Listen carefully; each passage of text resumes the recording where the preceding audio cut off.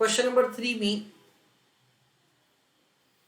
ABC company had sold rupees 1000 12% perpetual debentures 10 years ago.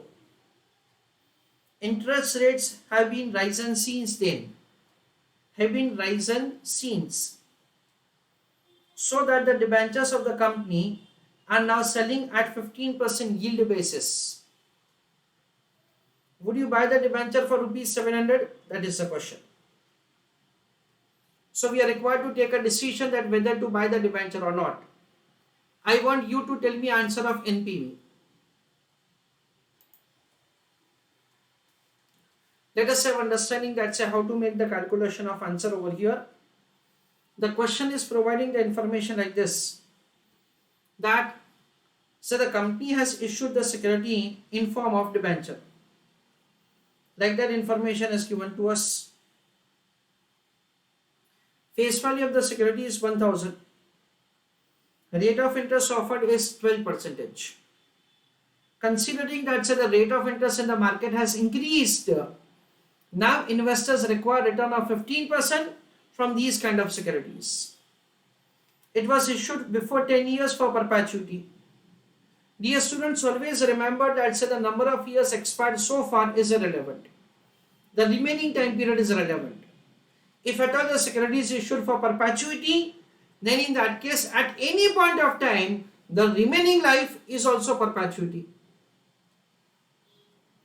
P0 is provided to us as rupees 700. It means that the current price of the security is 700.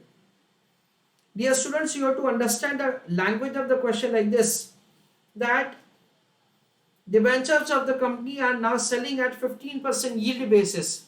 This is indicating that now for similar security, investors have a demand of 15% return. That is what this information says. Let us have understanding how to make the calculation of answer. Working note number 1. Calculation of present value of the cash inflow. It is interest income divided by cost of capital. Face value of the security is 1000. Rate of interest is 12% divided by required rate of return is 15%. So it is 120 divided by 15%. So present value of the future cash inflow is rupees 800.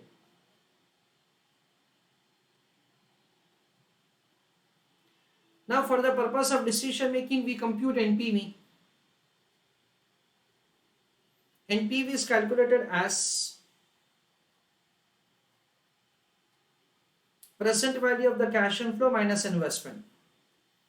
The present value of the cash inflow is 800 minus the investment that we are required to make is 700. That is the way NPV is 100. And we can say that as NPV is positive, investor should buy the security. So we understand that conclusion.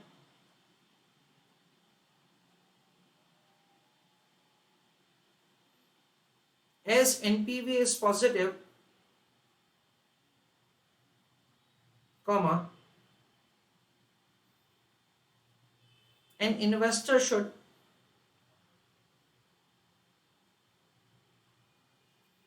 purchase the security.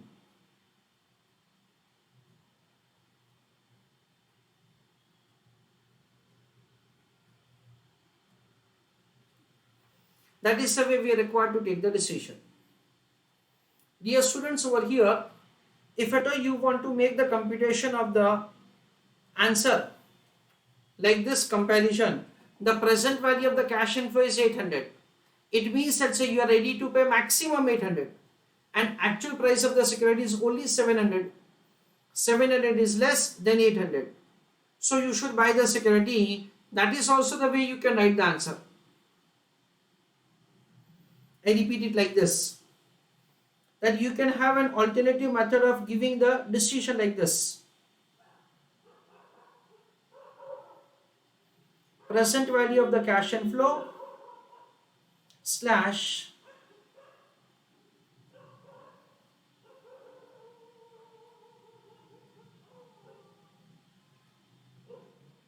maximum price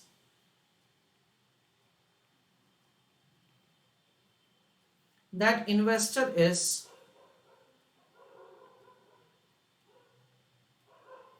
ready to pay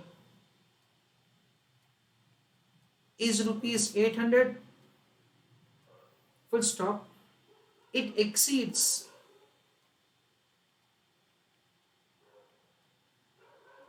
rupees 700, full stop. So investor should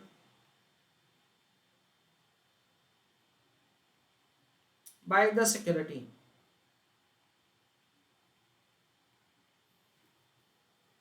That is the way we are required to write the answer. Okay. Now, just for understanding purpose, if at all somebody wants to make the computation of the return, then what he or she will do, working like this. P0 is equal to A1 divided by I. So I is equal to A1 divided by P0. So it is 1000 into rate of interest is 12% divided by current price is 700. So it is 120 upon 700 into 100. So the return to the investor is 17.14%.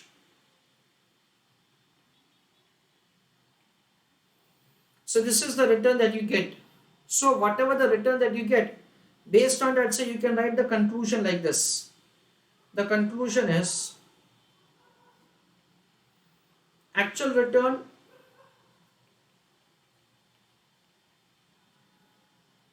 is 17.14%, comma, it exceeds required rate of return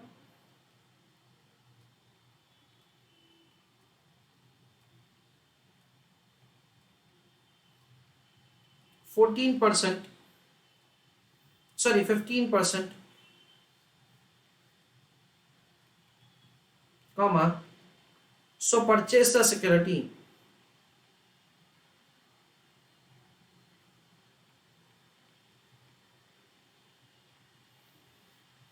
So that is the way we are required to write the conclusion. Anybody having doubt or query can ask me. Second part of the question.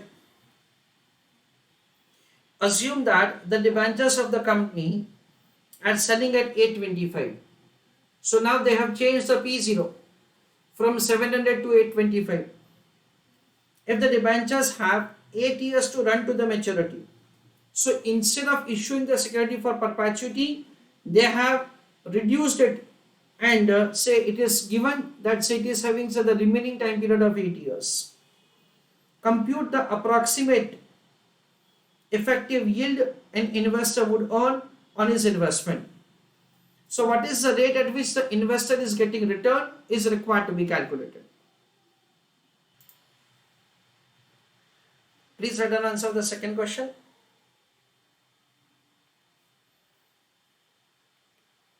In that we understand that the return is required to be calculated using approximate method. Like that, so the clarification is there. So it is annual interest income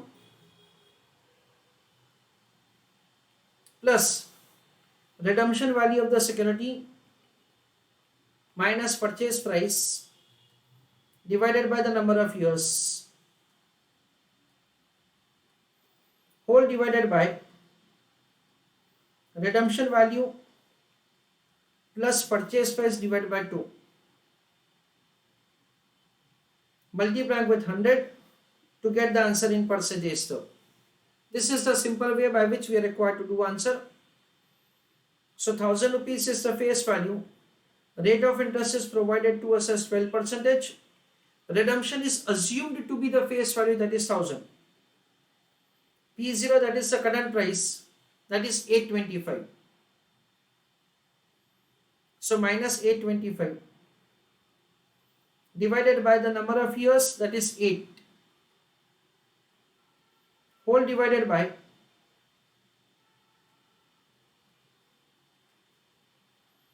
1000 plus 825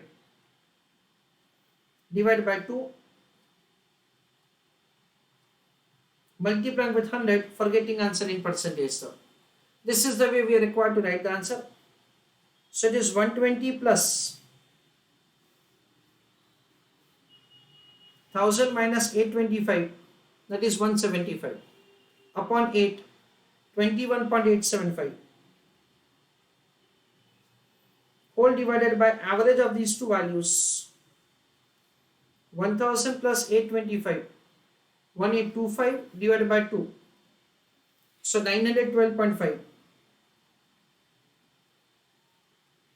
into 100, for getting answer in percentage term. So 120 plus 21.875, that comes to 141.875, whole divided by 912.5 into 100, 912.5. So it is 15.55%.